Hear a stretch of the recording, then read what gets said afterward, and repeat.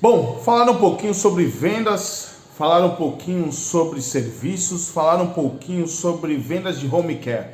Olha só, muitas vezes muitos profissionais eles ficam com uma incógnita, né?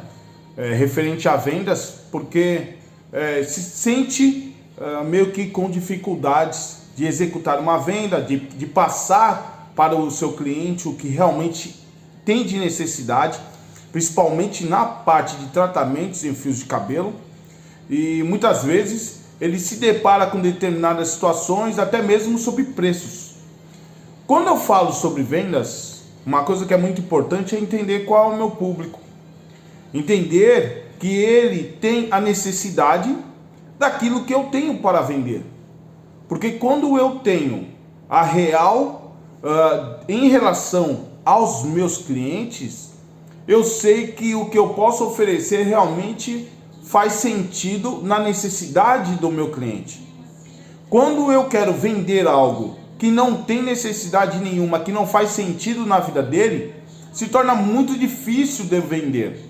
Por exemplo, quando eu preciso de uma caneta, por exemplo, para escrever algo, a caneta se tornou algo precioso, algo de muito valor, porque na minha necessidade de escrever algo naquela folha é fundamental naquele momento para mim.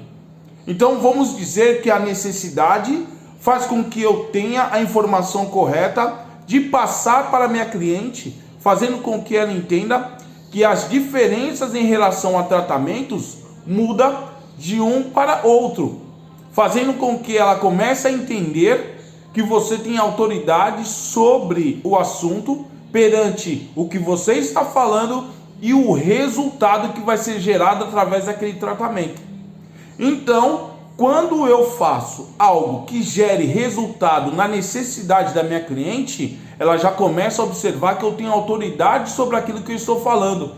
Se torna mais fácil de também vender a linha home care, porque a linha home care é a necessidade dela manter aquilo que nós fizemos em casa. Então muitos profissionais ele tem dificuldade de passar isso para a cliente, porque ele não entende a necessidade da minha cliente.